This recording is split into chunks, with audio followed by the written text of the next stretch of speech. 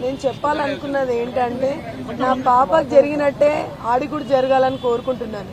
ఇంకోటి ఏంటంటే నా పాపకు జరిగినట్టు ఇంకోటి జరగకూడదు. నేను మొదటి నుంచి కూడా అదే కోరుకుంటాను. ఒక చట్టం అనేది రావాలి. ఇలాంటి మటర్లు ఇలాంటి చిన్నపిల్లలు చేస్తే మైనర్లు కదా అని వదిలేయడం కాకుండా ఇలాంటి చేసిన వాళ్ళకి ఇంకా ఇలాంటిది ఉంటది అని భయపడాలి లోకం. నాలాంటి తల్లి ఇంకోరు ఈ స్థానంలో నిలబడొద్దని నేను మనస్ఫూర్తిగా కోరుకుంటున్నాను. అది రావాలి, ఖచ్చితంగా రావాలి. అదే న్యాయం కోరేది కూడా నేను అదే. నా పిల్లని ఎలాగో తీసుకురాలేరు, ఎవ్వరు తీసుకురాలేరు, నేనైనా తీసుకొచ్చుకోలేను. అలాంటిది అసలు అంత ఘోరంగా చంపారంటే మీరే ఆలోచించండి. ఇలాంటివి వదిలేస్తే ఇంకెన్ని జరుగుతాయి? ఎంతమంది తల్లులు బాధపడాలి ఈ దేశంలో చెప్పండి. అలాంటివి నాతోనే ఎండు కావాలి, అబ్బాయితోనే ఎండు కావాలి, మా పాపేది ఆదర్శం కావాలి అని నేను మనస్ఫూర్తిగా చట్టం రావాలని కోరుకుంటున్నారు. సహస్రాన్ని చంపినందుకు ఇలాంటివి జరుగుతుంది అని ఒక చట్టం రావాలి. ఇట్లా చంపడం వల్ల ఇలాంటి జరుగుతుంది, ఇలాంటివి ఇక ముందు జరగకూడదు.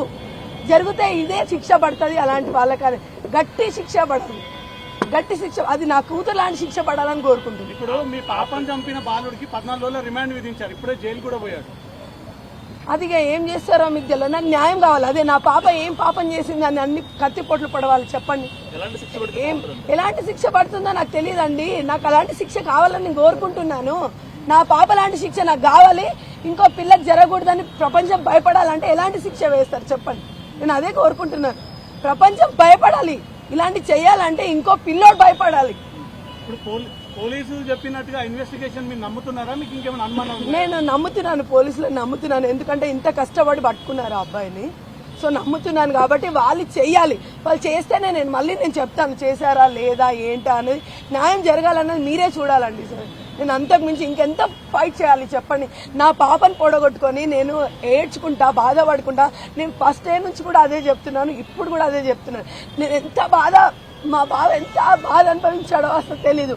రూపాయి కూడబెట్టి నా పిల్లని అంత పెద్ద చేసుకొని నేను ఎందుకు మందికి బలించాలి చెప్పండి? ఎందుకోసం బలించాలి? అంత కష్టం అంతా వృధా అయిపోయింది సార్. నా బాధ అంతా అదే. తెల్లని దాకా కష్టపడ్డాడు, తెల్లని దాకా రూపాయి నా కోసం, నా పిల్లల కోసం అంత కష్టపడిన ఆయనకి ఈరోజు ఎంత కడుపుకోతుందంటే నాకంటే ఎక్కువ కడుపుకోతుంది మా ఆయనకి. ఎందుకు తల్లిదండ్రులు బాధపడాలి చెప్పండి? ఎవడో చేసిన దానికోసమో ఎందుకు బాధపడాలి? మీరు చెప్తున్నారు, సార్స్ కూడా చెప్తున్నారు బ్యాట్ కోసం ఎలా జరుగుతుంది సార్. ఓకే, బ్యాట్ కోసం జరుగుతుంది. ఆ మర్డర్ రాసుకోవడం ఏంటి? ఎందుకు చేయాలి? ఆ పిల్లల ఆలోచనలు ఎందుకు వస్తున్నాయి? అట్లా ఆలోచనలు ఇంకెన్ని రోజులు వస్తాయి? అలాంటి ఆలోచనలు వచ్చిన వాళ్ళకి ఇలాంటి శిక్షలే పడతాయి. అలా చేస్తే అని ఖచ్చితంగా కావాలి సార్, కావాలి. అసలు మా ఆయన కష్టం నేను చెప్పుకుంటే పోయేది కాదు. అది అసలు మమ్మల్ని ఎవరేం చెయ్యలేరు. అలాంటి మూవీస్, వెబ్ సిరీస్ బ్యాన్ చేయాలి. అసలు తల్లిదండ్రుల నుంచి కాకపోతే టీచర్లైనా చెప్పాలని నేను నిజంగా ఆశిస్తున్నాను. అసలు ఆ అబ్బాయి ఎలా అయిపోయాడు మీరే ఆలోచించండి. అసలు ఆ పాప ఏం పాపం చేసింది? నేను అదే కోరుకుంటున్నాను. నా పాప ఒక దేశానికి బలైపోయిందేమో అని అనుకుంటాను. నేను నిజంగా చట్టం చేస్తే మాత్రం నేను అంతే అనుకుంటాను సార్. న్యాయం జరిగితే నేను అంతే అనుకుంటాను. లేదంటే ఇంకా నేను ఈ దేశాన్ని నమ్మడం కాదు కదా. అసలు నేను ఎవరైనా నమ్మలేను. నా పిల్లోని కూడా నేను ఎట్లా పెంచాలో అట్లా పెంచుకోగలుగుతాను.